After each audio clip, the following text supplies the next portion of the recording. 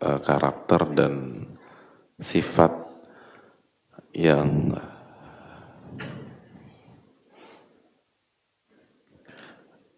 merupakan kunci penuntut ilmu secara khusus dan kunci seorang muslim secara umum.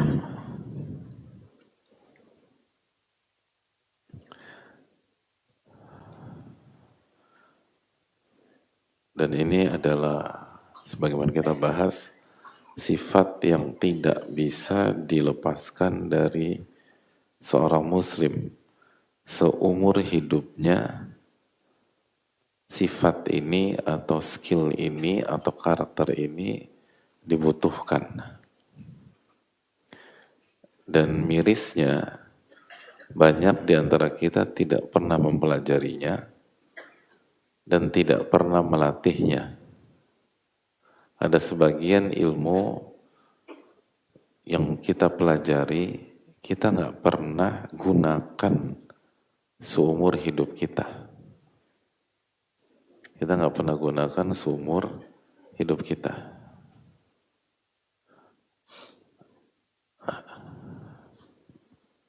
Tapi pembahasan tentang sabar itu dipakai setiap hari.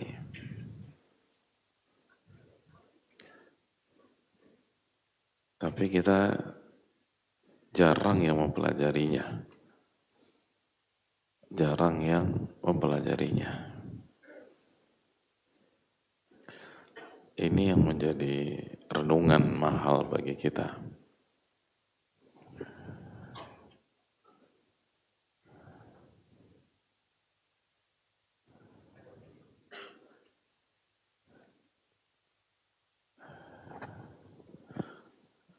Dan semoga Allah memberikan kita taufik. Dan semoga Allah SWT memberikan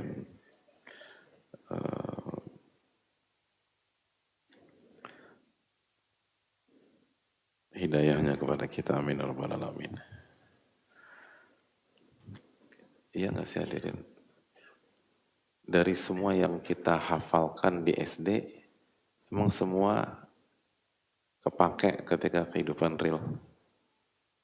Nah, dulu waktu SD, antum ngafalin apa aja? Ya kepake lah itu. Itu kan ilmu logika. Apa?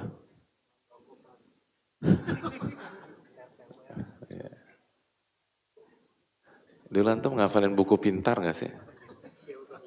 Nah, kita tuh satu era gak?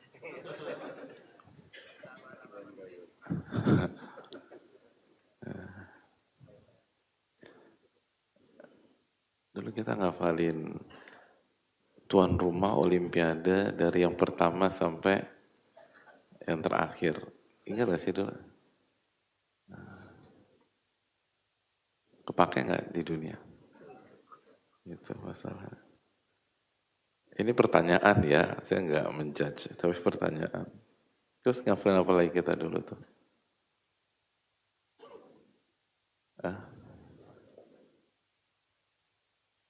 Ada banyak banget yang kita ini kan, tapi ya itulah. Itu harus kita evaluasi.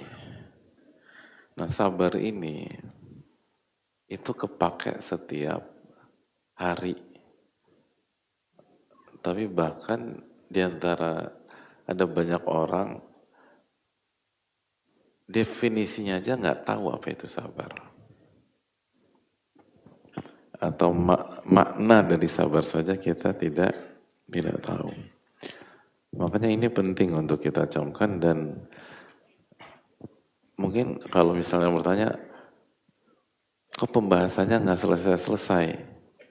Nah itu intinya. Kita harus, itu.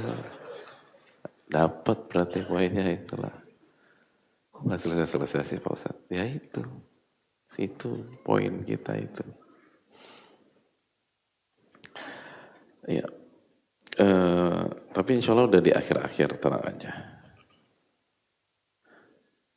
Dan kita sepakat ya begitu selesai kita akan ujian. Dan itu bagian dari kesabaran. Dan kalau nilainya jelek maka kita harus, itulah. Masya Allah, itulah. Udah pinter antum nih. Kayaknya lulus semua insya Allah. Nah,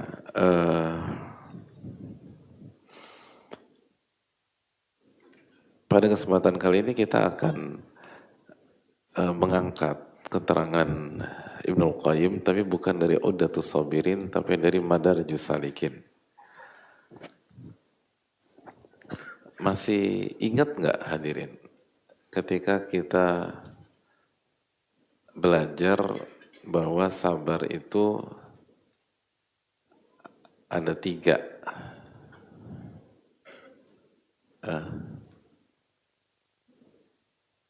Apa?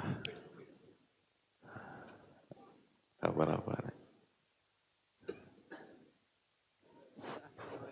Yang pertama sabar dalam beribadah. Bismillah. Yang pertama sabar dalam beribadah, yang kedua sabar dalam menjauhi kemaksiatan, lalu sabar dalam menghadapi musibah. Ya, kurang tepat.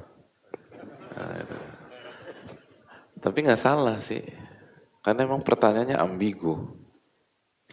Pertanyaan ini bisa ke lebih dari satu arah. Nah, tinggal kita lihat gimana jawaban antum. Ada yang lain? Ya. Bismillah Ustaz. Yang pertama sabar sebelum melaksanakan ibadah, sabar ketika beribadah, sabar setelah beribadah. Nah iya ini, kurang tepat juga. Kan antum nggak salah, beneran deh. Karena memang pertanyaannya memang ambigu. Ada yang punya jawaban lain? Ya silakan.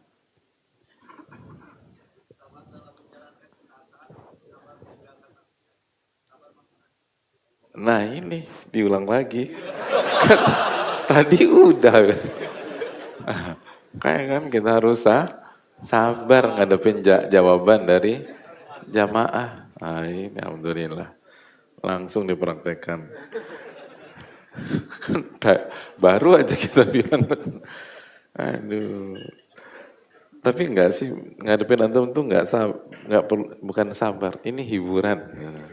Seneng kita ini. Gak apa-apa. Ada lagi?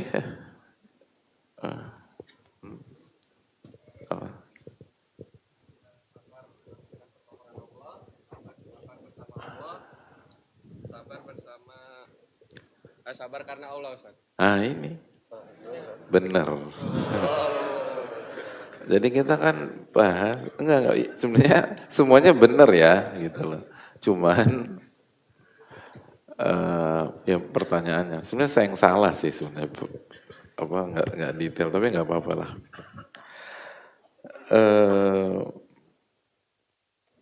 Kita bahas kan sabar itu ada billah, walillah, dan ma'allah atau fillah. Nah saya ingin kita kembali ke poin tersebut. Karena ini hal yang ada keterangan penting dari ulama kita. Nah dari pembahasan di atas jamaah, ulama itu membagi tingkatan manusia dari keterangan di atas, dari lillah wa billah wa ma'allah. Khususnya lillah wa billah, dan ini penting. Ini penting.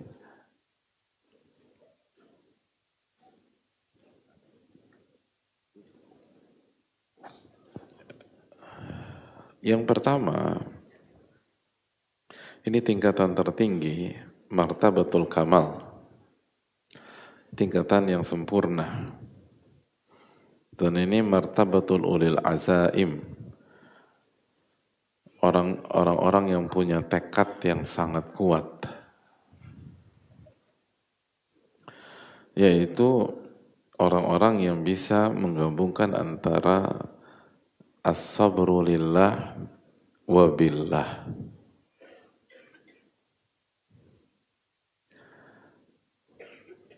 Jadi dia bisa gabungkan antara as-sabru lillah wa billah. Sehingga ia bisa sabar, dan itu semata-mata karena Allah dan mengharapkan wajah Allah. Dan dalam bersabar dia senantiasa minta pertolongan kepada Allah dan tidak mengandalkan dirinya sendiri, tidak mengandalkan skillnya sendiri, tidak mengandalkan pengalamannya sendiri. Dan ini tingkatan tertinggi. Tingkatan tertinggi. Itu yang pertama.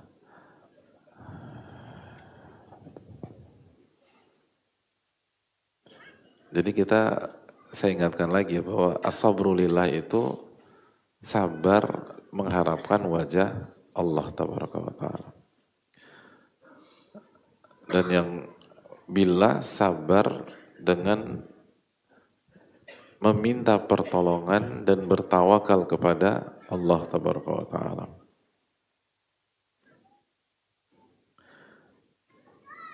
Adapun yang kedua, alla yakuna fihi la hadha wa la hadha fahuwa akhassul maratib wa arda'ul khalqi. Yang kedua adalah nggak pakai bukan karena Allah dan nggak minta pertolongan kepada Allah. Dan ini seburuk-buruknya orang. Nah, itu. Seburuk-buruknya orang. Dan orang-orang inilah yang akan gagal di dunia. Gitu. Jadi ketika dia ngerjain sesuatu bukan karena Allah dan ngandelin diri sendiri. Nah, itu. Bukan karena Allah dan ngandelin diri sendiri. Dan orang seperti itu adalah seburuk-buruknya orang.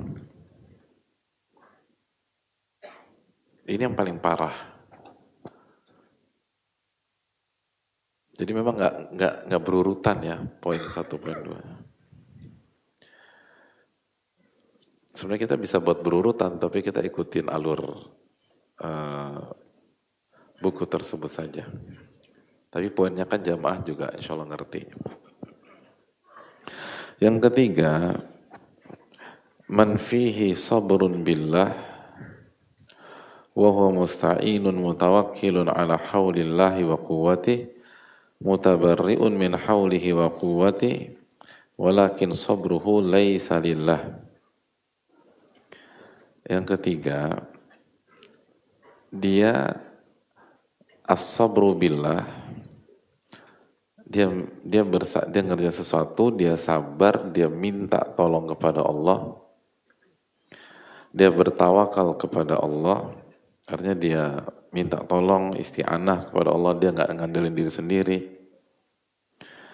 Tapi sabarnya ini tujuannya bukan untuk Allah.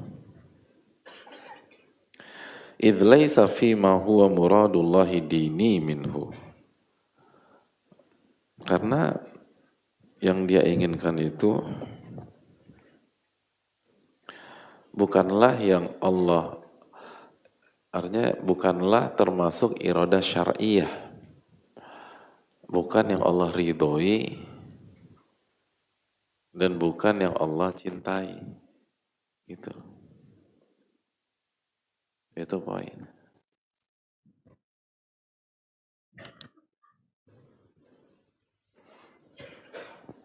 Fahadha yanalu matlubahu,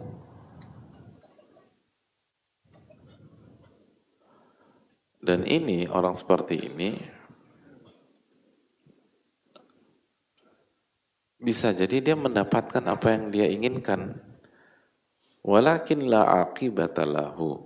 Tapi dia nggak dapat ganjaran, nggak dapat pahala.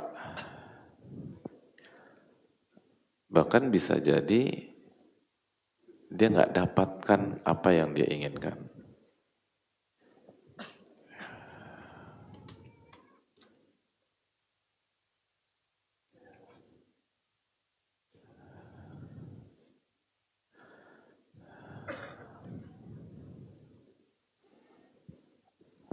Jadi dia bisa dapat, bisa nggak dapat gitu loh.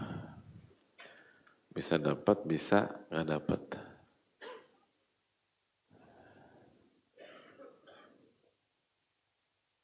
Ngerti nggak jemaah? Kita bahas dulu ya, 4. Karena ini penting banget nih ini jemaah. Yang keempat, man fihi sabrun lillah lakinnahu dha'ifun nasibi minas sabri bihi.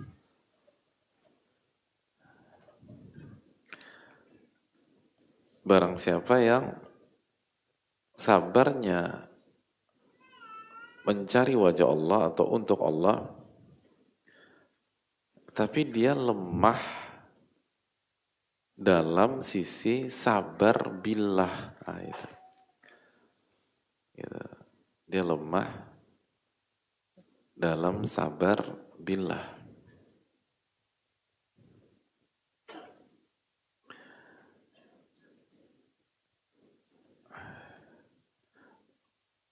Lemah dalam bertawakal, lemah dalam bergantung kepada Allah Subhanahu wa taala.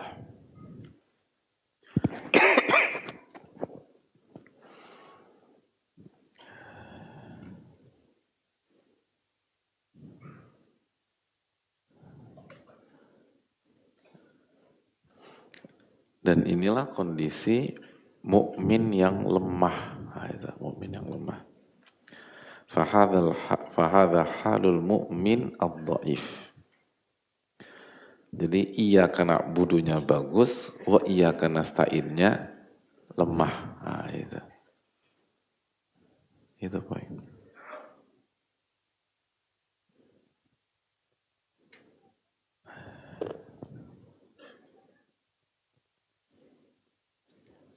Jadi kesimpulannya kata para ulama, fasabirun lillahi wa billah azizun hamid.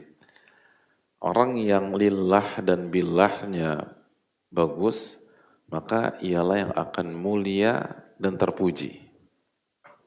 Waman laisa lillahi wala billah madmumun makhdhul. Dan barang siapa yang sabarnya bukan untuk Allah dan tidak meminta pertolongan kepada Allah, dialah yang tercela dan akan gagal. Waman huwa billahi la lillah. Barang siapa yang sabar billahnya bagus, tapi lillahnya nggak bagus, maka dia berhasil tapi tercela. Waman huwa lillahi la billah ajizun mahmud. Barang siapa yang lillahnya bagus dan billahnya nggak bagus, maka dia lemah. Tapi ada sisi terpujinya. Pusing nggak hadirin? Coba jujur. Ngerti nggak? Nggak ya? Berarti salah siapa? Salah gurunya. Nggak pintar ngejelasin. Bisa dipahami nggak? Ini keseharian kita banget loh. Makanya penting. Yang nggak paham yang mana? Aku kayaknya nggak paham nomor 1, nomor 2, 3 sama 4 Pak Ustadz. Ya berarti emang ini gurunya nih salah. Penuh kelemahan.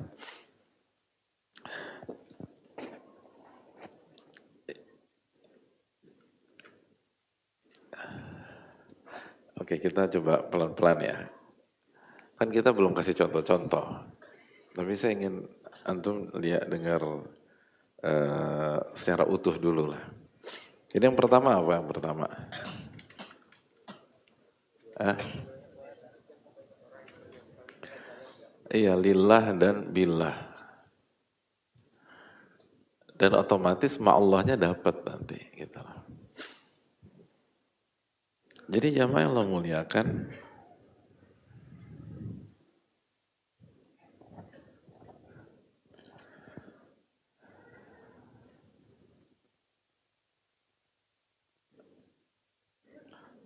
contohnya apa? Ada yang bisa kasih contoh nggak? Yang bisa kasih contoh? Coba aja. Nggak mau?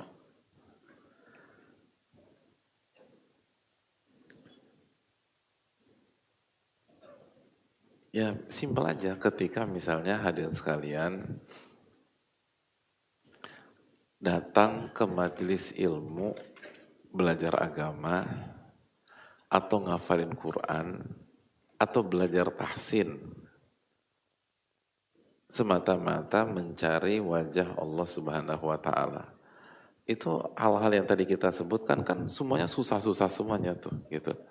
Belajar tahsin emang gampang, susah. Apalagi kalau kita udah belajarnya di apa? Di masa apa ya? Melewati golden time kita. Nah, itu. Untuk khususnya makharijul huruf. Itu kan susah. Tapi kita lakukan itu kita semata-mata mencari wajah Allah Subhanahu wa taala. Kita datang ke kajian gak ada keinginan untuk keren-kerenan. Gak ada keinginan untuk hal lain. Hanya ingin mencari ilmu nafi, mendapatkan ridho Allah Subhanahu wa taala. Kita nggak ada belajar tahsin, nggak ada pikiran biar dipuji gitu loh. Bacaannya kayak Imam Masjidil Haram, lalu paling nggak ada satu makmum lah yang terpicut gitu loh. Ya kalau nggak mawar melati lah gitu. Kita tuh nggak ada pikiran sama sekali untuk itu. Kita hanya ingin bisa membaca Al-Quran haqqa tilawatih, mencari wajah Allah Subhanahu wa ta'ala. Itu lillah. Dan pada saat kita mau belajar dan ketika belajar senantiasa sebelum berangkat tuh doa dulu sama Allah. Allahumma inni as'aluka ilman nafi'an wa a'udzubika min ilmin la yanfa'. Terus doa, ya Allah mudahkan saya dalam mempelajari makharijul huruf. Ya Allah lancarkan lisan saya dalam membaca Al-Quranul Karim. Ya Allah tajamkan pemahaman saya agar saya bisa memahami dengan benar materi yang disampaikan. Jadi doa. Jadi tujuannya benar, caranya jelas benar dan senantiasa minta tolong dulu sama Allah. Minta tolong sama Allah Subhanahu wa ta'ala. Nah itu poin yang pertama. Itu poin yang pertama.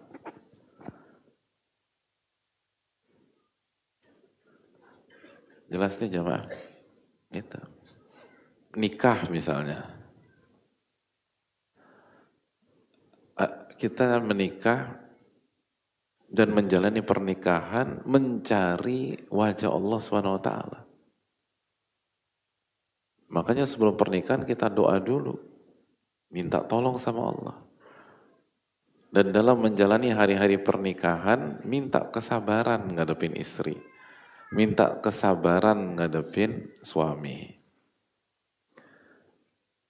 Dan benar-benar fokus biar Allah ridho sama saya.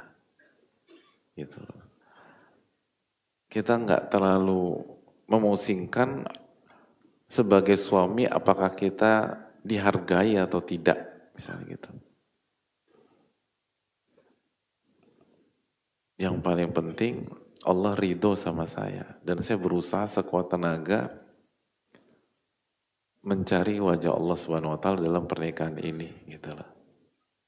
Kita sebagai istri itu tadi mencari ridho dan wajah Allah Subhanahu wa taala.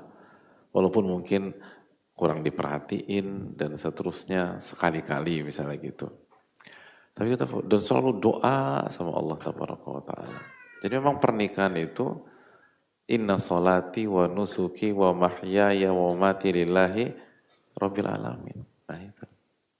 Ya itu dapat itu.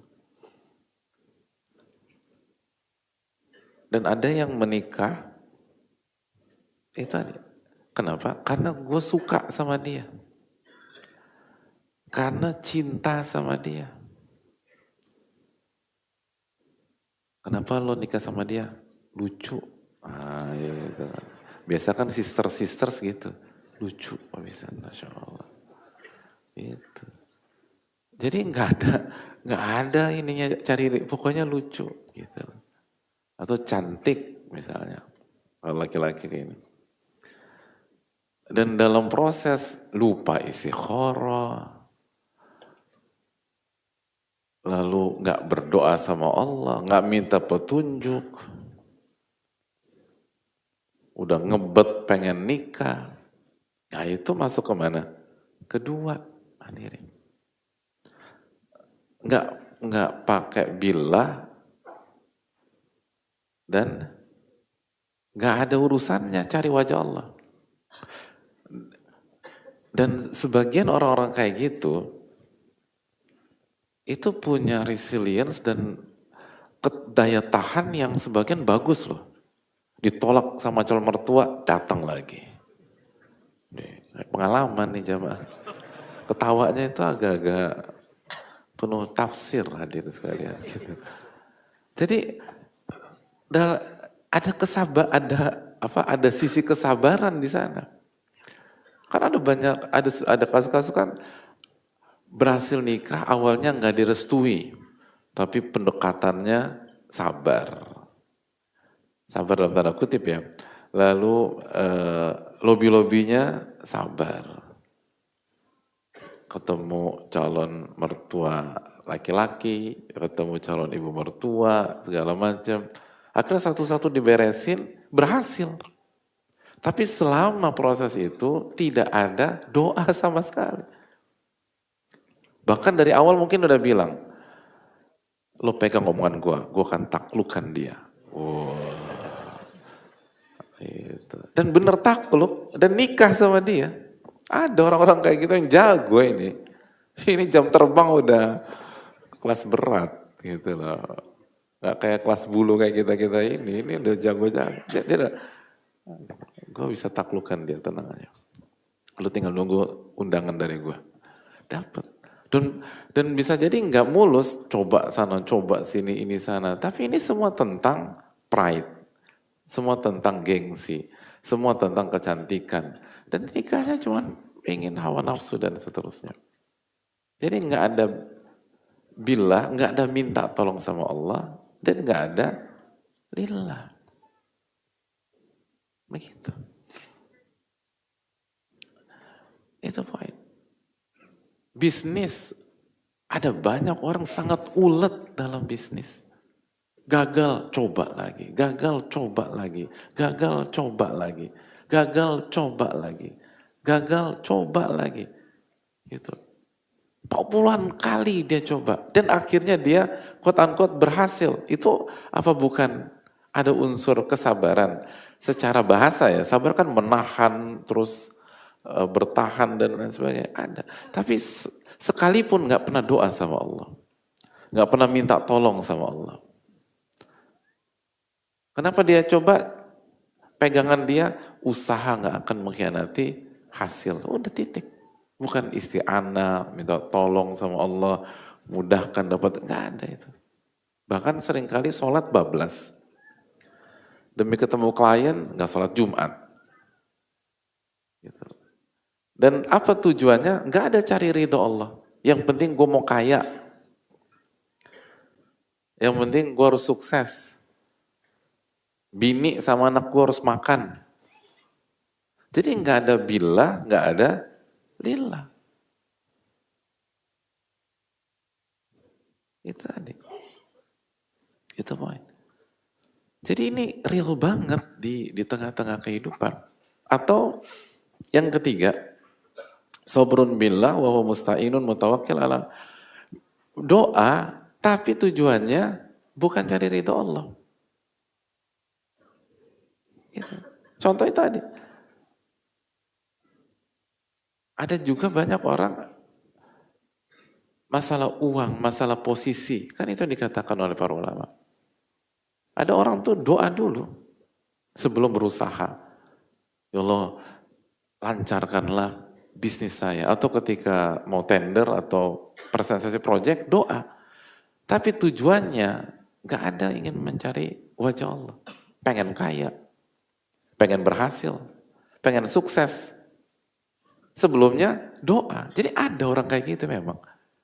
Kan awalnya mungkin kita bikin emang ada orang yang bilahnya hadir atau bilahnya ada, lilahnya nggak ada. Real ada. Atau tadi contoh, ada orang dalam konteks menikah, ketika dia ingin nikah dengan si A atau si B, dia doa, dia istikharah. Tapi tujuan dia nikah adalah karena gue cinta sama dia. Karena gue suka sama dia. Titik. Gue ingin hidup sama dia.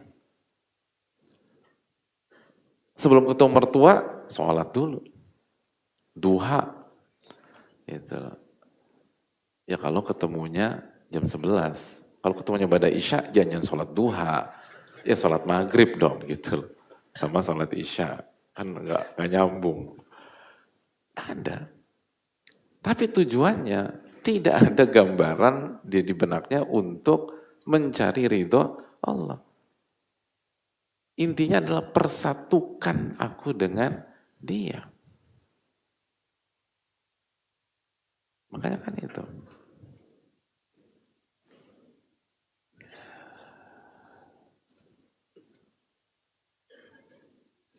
Jadi hadirin yang mulai kan itu ada kayak gitu. Makanya kan ada orang doa, ya Allah jodohkanlah aku dengan dia gitu loh.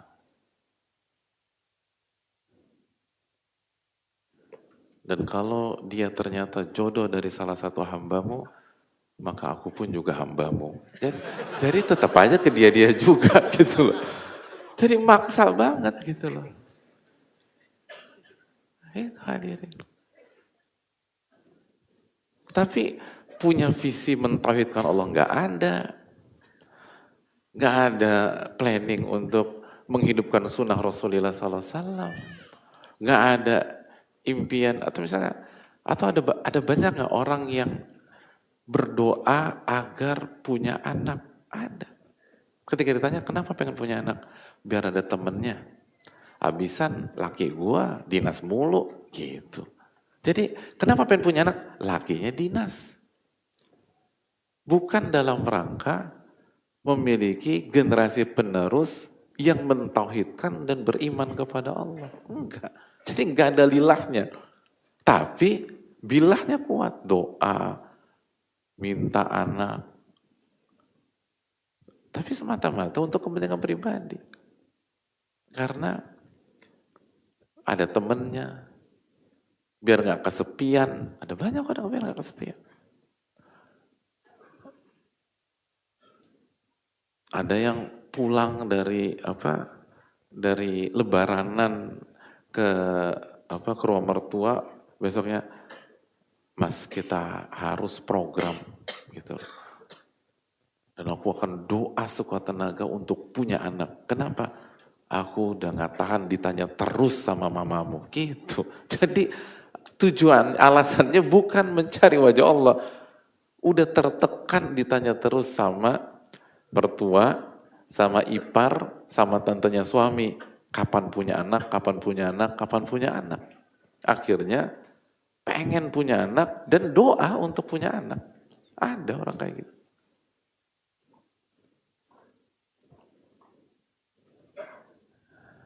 Ada. Nah orang kayak itu masuk ke ketiga. Kalaupun dapat la akibatalahu, dia tidak punya pahala.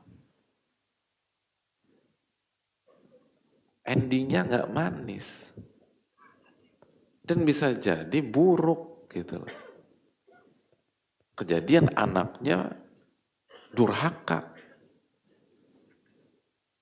Gitu. Udah capek-capek, sabar ngasuh, sabar gendong, durhaka. Usut punya usut, salah niat. Salah niat. Dan gak dapet apa-apa. Kan niat Anda cuman pengen ditemenin doang, ada tuh dia. Tapi nyebelin nih anak, gitu loh. Kan yang penting nemenin, gitu. Kan yang permintaan Anda tadi, ya Allah saya pengen punya anak, suami pergi-pergi terus. Ya udah dapet tuh. Ini real, ini 4 ini tuh real sekali jamaah. Sangat real. Itu poin. Atau yang keempat, lillah tapi kurang billah. Iya kena budunya dapat tapi kurang wa iya kena stain. Contohnya apa? Kayak kita datang ke kajian cari ilmu nafi, nggak doa, nggak minta sama Allah, kurang tawakal, udah mengandalkan kecerdasan kadang-kadang. Atau kemampuan pemahaman yang tajam, kurang. Itu tadi. Tujuan pernikahan agar sakinah mawaddah warahmah dan kita bisa baik, kita bisa ini, tapi kurang sujud, kurang minta. Banyak itu hadirin. Kerja keras, ngebangun bisnis, niatnya pengen haji bagus, pengen bayar zakat, tapi sholat suka ketinggalan, kurang doa sama Allah. Jarang baca Allahumma inni as'aluka ilman nafi'an wa rizqan thayyiban wa amalan mutaqabbalan kalau pagi hari, zikir pagi petang bablas. Tapi tujuannya oke.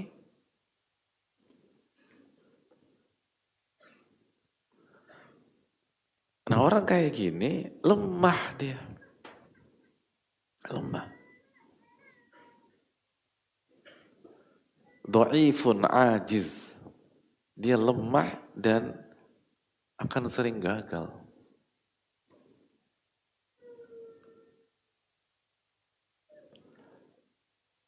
Jadi inilah hal-hal yang sangat kita yang hal-hal yang sangat kita tekankan. Nah kita masuk di poin yang mana nih? Dan kalau kita jujur, kayaknya saya pernah 4-4-nya deh Pak Ustadz. Gitu. Nah, itu. Berarti emang ini tuh keseharian. Dan ini pentingnya belajar, sabar tuh keseharian.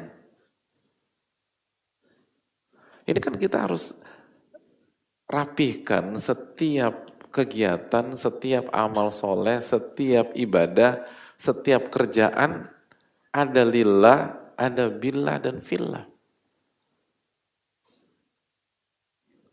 Baru berkah. Dan kalau terkesan tidak berhasil dari sisi materi, kita akan berhasil di sisi Allah Subhanahu wa Ta'ala. Itu poin.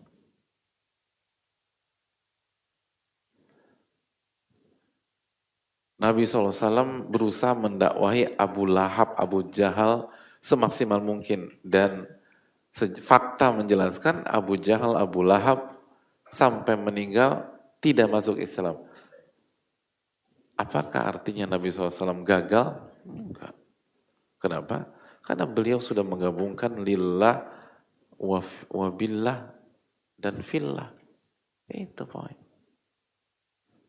Berhasil dan sabar dakwahin mereka. Dicela Abu Lahab, sabar. Tabban laka alihada jama'tana, celaka engkau wahai keponakanku. Cuman gara-gara ini doang, engkau ngumpulin kita semua. Sabar Nabi SAW. Nggak ngebales. Nggak nyikat balik. Allah yang turunkan ayat. Tabbat yada abi lahabiu wa tabba. Itu kurang sabar apa? Jadi ini yang kita perlu. Jangan. Kalau kita ingin mulia dan kita ingin menjadi hamba yang dipuji oleh Allah Subhanahu wa taala, jadilah orang-orang yang sabar lillah wa billah. Gitu. Kalau kita mau gagal dan mau dicela dan menjadi orang yang tercela, udah nggak usah suka-suka aja.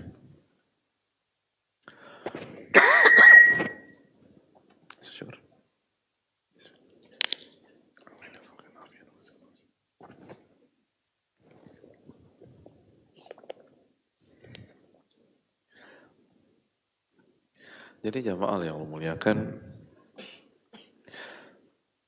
ini poin.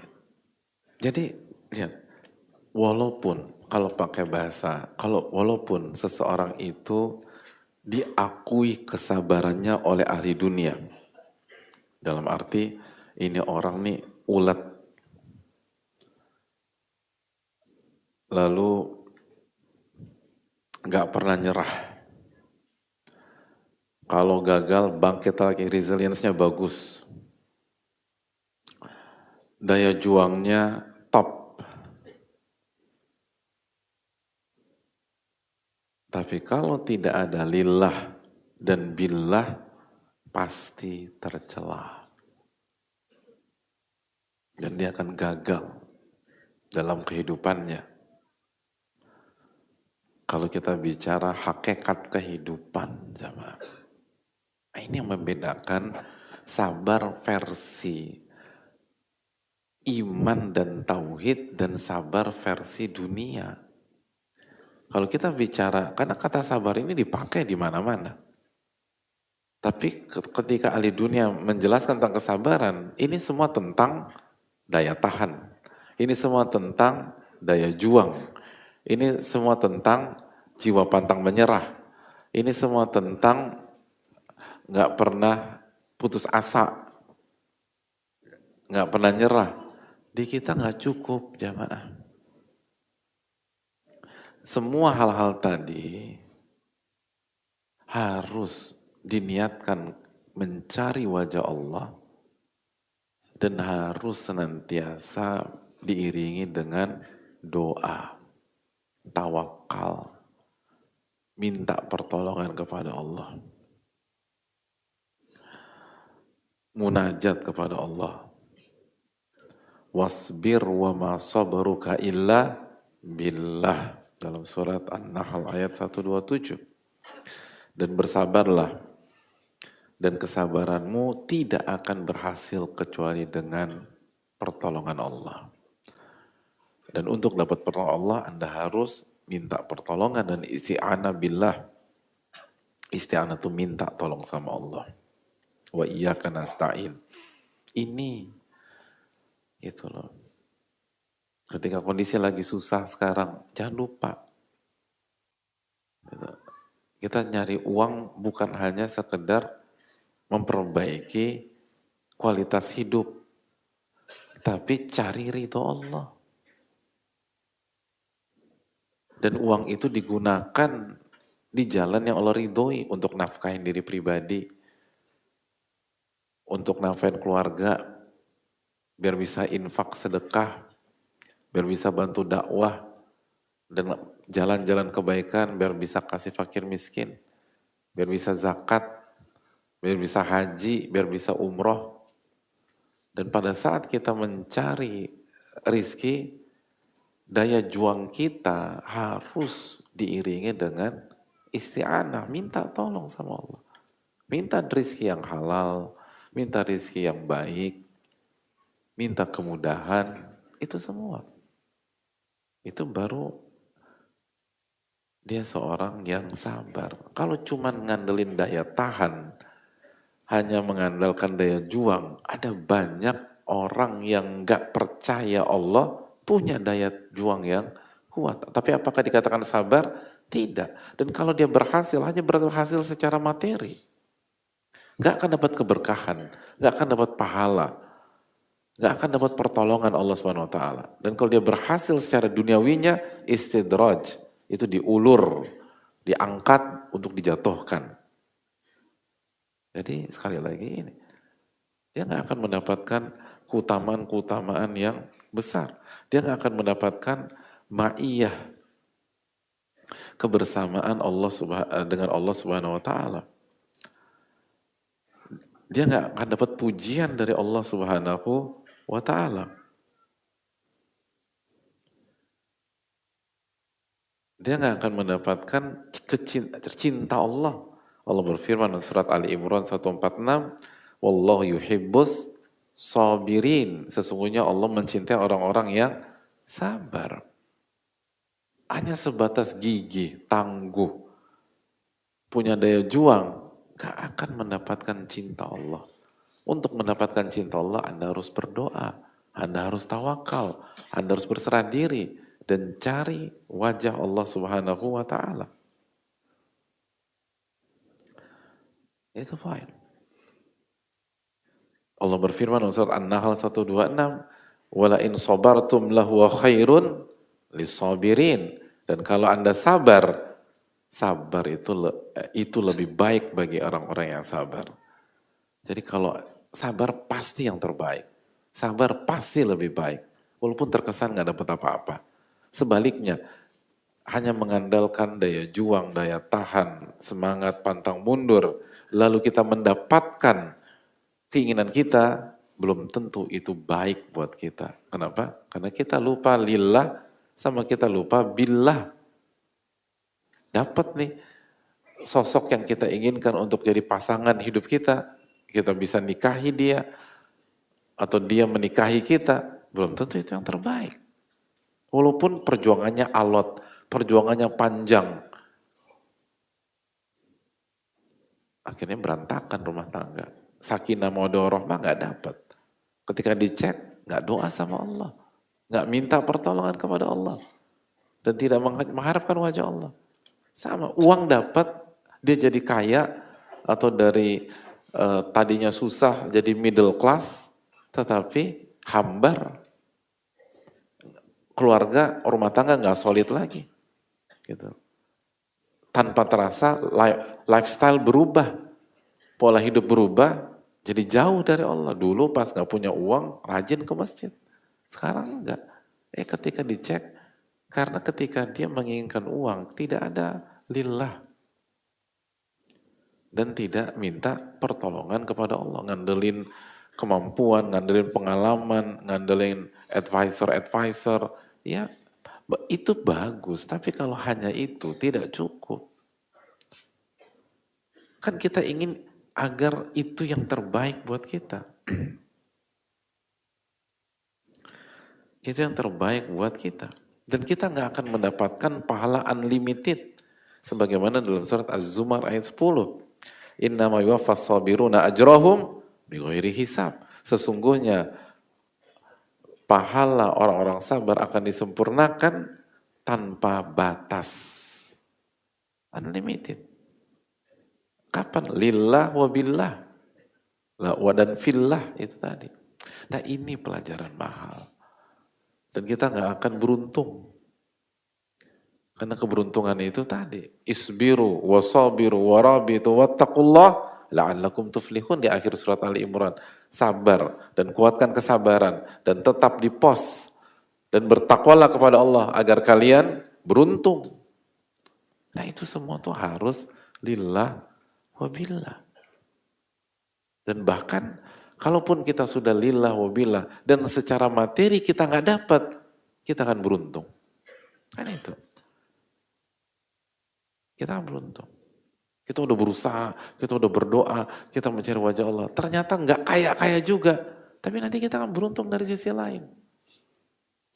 Beneran.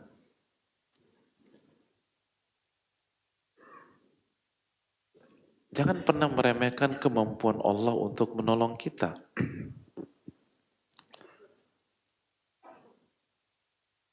Saya saya tahu ada seorang single parent, seorang ibu yang setelah suaminya wafat, beliau harus berjuang sendirian menghidupi anak-anaknya yang masih kecil-kecil, dan beliau berusaha sabar, nasabu kadzalik wallahu hasibul nazaki ala ahada.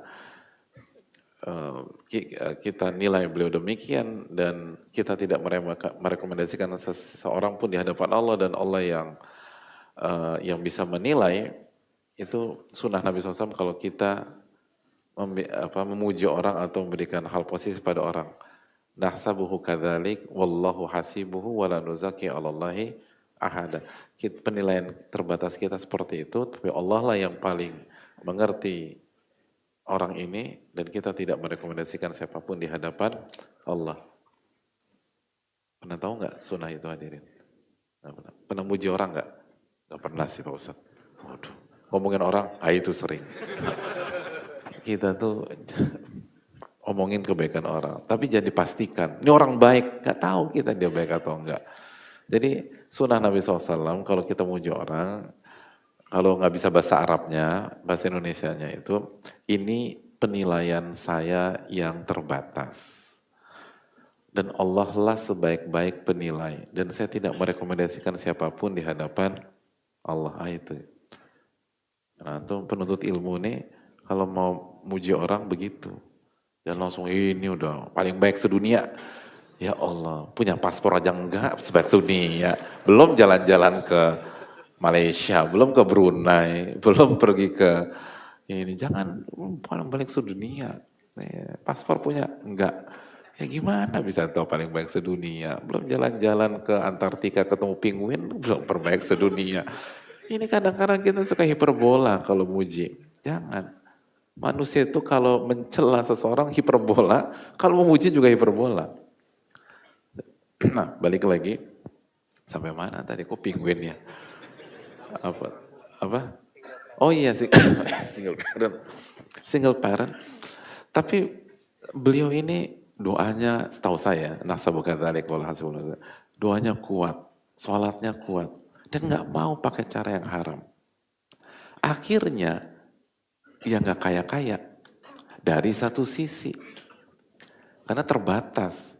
Seorang ibu anak banyak, kan kalau totalitas anak terbengkalai.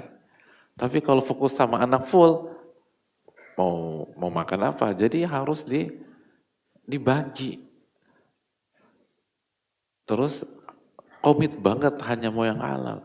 Akhirnya susah memang untuk maju. Tapi ternyata itu 100% anaknya semua berhasil dan jadi. Dan akhirnya beliau secara duniawi terangkat melalui anak-anaknya. Loh gimana caranya? Jadi Allah gak kasih uang ke ibu tersebut untuk mensekolahkan anak-anaknya, apalagi di sekolah-sekolah favorit. Tapi Allah kasih yang lain. Apa? Kecerdasan di atas rata-rata ke semua anaknya. Jadi anaknya beasiswa, jadi semuanya. Dan yang beasiswa bukan satu anak. Setahu saya semua anaknya beasiswa. Jadi jangan pernah meremehkan kemahakuasaan Allah menolong seorang hamba. Dan jangan pernah berpikir bahwa kalau kita punya himpitan ekonomi, solusinya selalu uang. Belum tentu. Uang benar-benar miris. Tapi anaknya dibuat cerdas.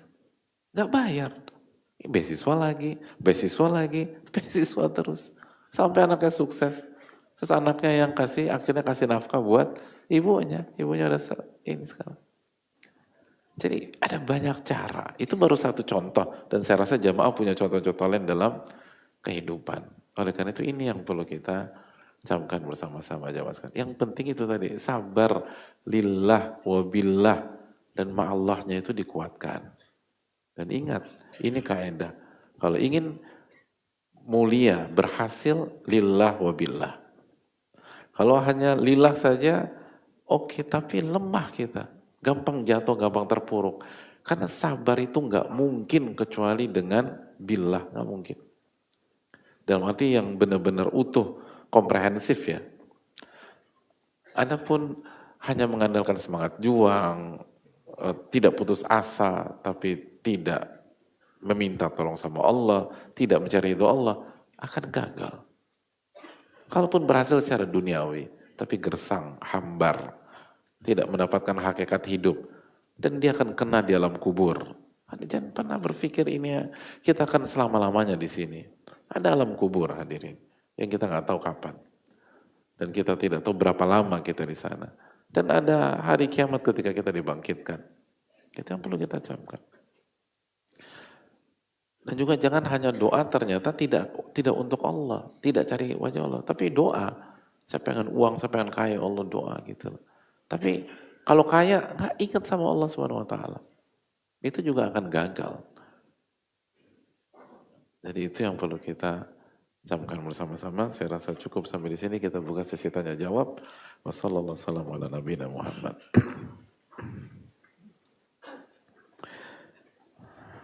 Tapi bisa dimengerti ya jamaah sekalian ya. Alhamdulillah.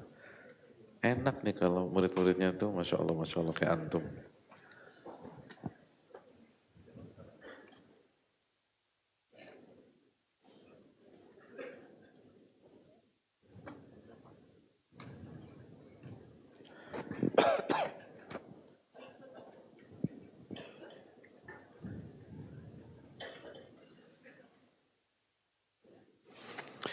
Assalamualaikum warahmatullahi wabarakatuh. Waalaikumsalam warahmatullahi wabarakatuh. Semoga Allah merahmati Ibnul Jamaah, Ibnul Qayyim, Ustadz, keluarga, dan para jamaah. Amin wa alamin.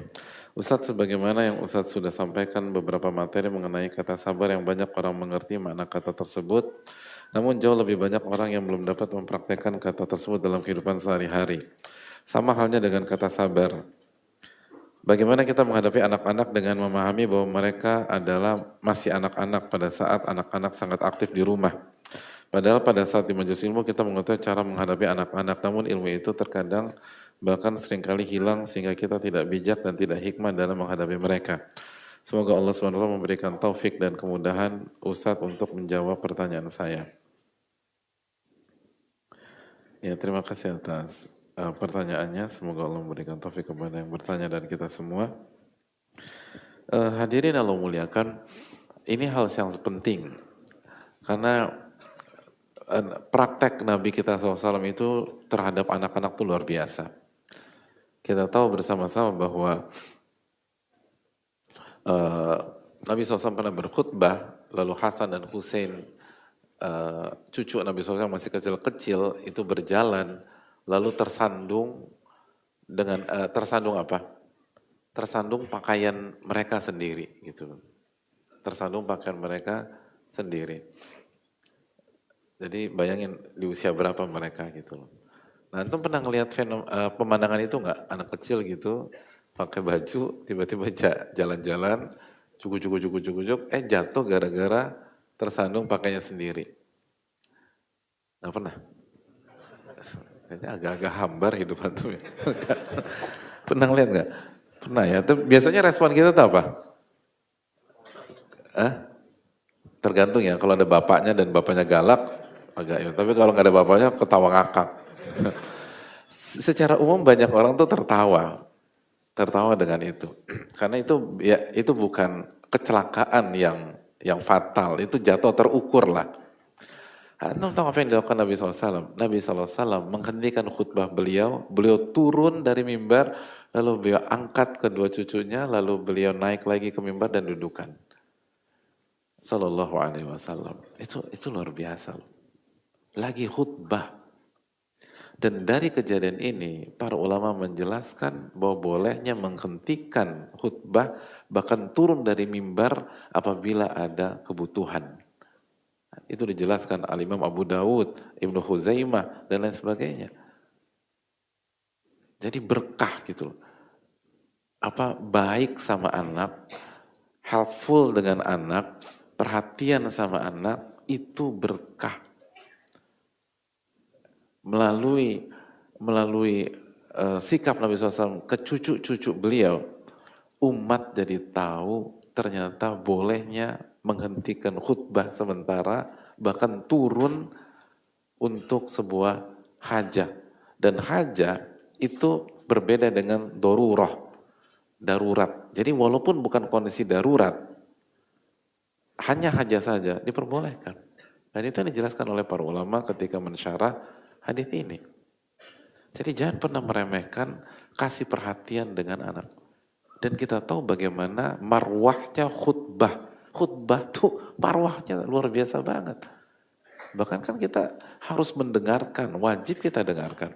Dan nggak boleh ngobrol, nggak boleh ini dan seterusnya.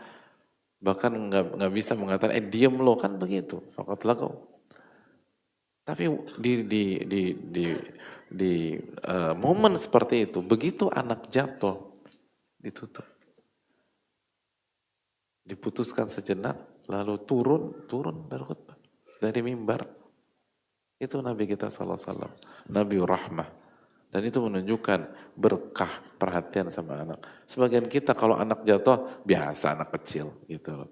Cowok, tapi dibiarin sama bapaknya gitu. Enggak, Nabi SAW enggak demikian. Karena itu penting. Makanya hati-hati. Pokoknya anak itu apalagi di usia-usia balita dan di usia-usia demikian, itu harus dapat kasih sayang yang maksimal dari kita. Kalau antum berharap mereka punya masa depan yang kuat ke depan, penting. Untuk menjadi manusia yang utuh ke depan, mereka harus punya stok kasih sayang yang oke ketika mereka kecil. Dan itu orang-orang pertama yang melakukannya adalah orang tua atau guru gitu loh. Itu hal yang sangat penting untuk kalian. Itu penting. Dan lihat bagaimana Hasan Hussein ketika dewasa. Itu luar biasa. Hasan Hussein pemberani nyali luar biasa. Gitu. Dewasa, bijak. Al-Hasan menyerahkan tampuk kepemimpinan kepada Muawiyah. Hussein dengan gagah berani. Jadi lihat dua cucu Nabi SAW ini di waktu besar. Gak ada. Makanya bedakan antara memberikan kasih sayang dan memanjakan. Beda. Memanjakan itu mengikuti seluruh keinginannya. Mengikuti keinginan mereka walaupun gak relevan. Kita gak mengatakan memanjakan. Kita katakan berikan kasih sayang, berikan perhatian, berikan perlindungan. Jangan marah-marah. Nabi SAW pernah sholat subuh dan dalam riwayat beliau sudah punya niat untuk baca surat yang panjang dan karakter sholat subuh itu panjang. Tiba-tiba beliau rubah dan beliau baca 2 surat terpendek dari Al-Quran. Kenapa? Karena ada anak kecil nangis. Sebagian kita berpikir ini hanya faktor orang tuanya. Ya, itu salah satu tujuan. Tapi di waktu yang sama itu untuk si anak. Karena ketika anak kecil nangis, dia merasa apa? Nggak nyaman, atau ketakutan, atau insecure, dan seterusnya. Itu harus segera dipangkas dan harus segera dihentikan secepat mungkin. Itu penting untuk masa depan dia ke depan. Sholat subuh, dicepetin. Dengan, jangan salah, bukan dari 2 jadi 1 rakaat. Tapi bacaannya dipendekkan. Wah bagus, 1 rakaat aja. Lagi nangis di belakang. Kak bener ini loh.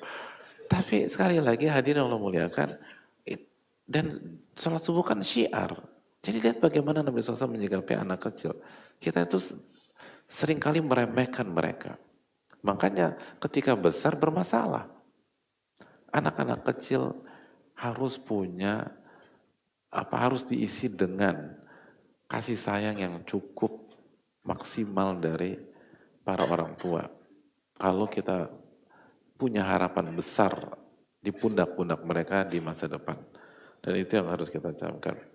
Jadi ini bukanlah sebatas kebijaksanaan kita, ini kepentingan kita. Kalau kita salah dan kita kurang memberikan kasih sayang kepada mereka, ke depan kita salah satu pihak yang paling capek dengan berurusan dengan mereka. Ini bahaya. Jadi sekali lagi, ini tentang kepentingan kita. Dan ini amanat dari Allah Subhanahu wa Ta'ala.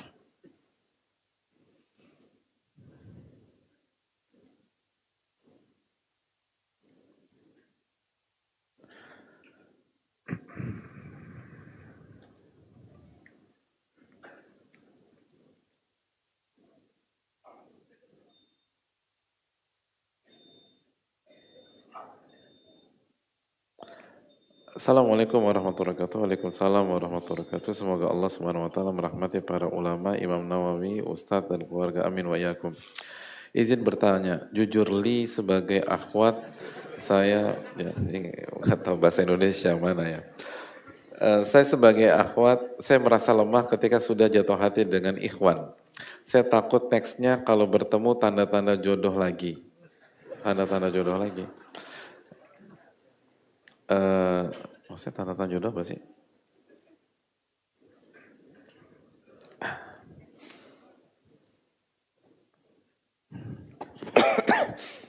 Saya jadi mentolerin ciri-ciri red flag ketika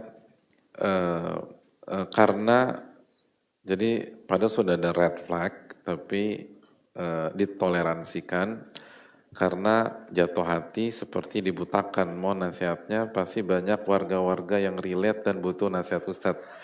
Ini arahnya ini Bu RT yang nanya karena udah bawa-bawa warga.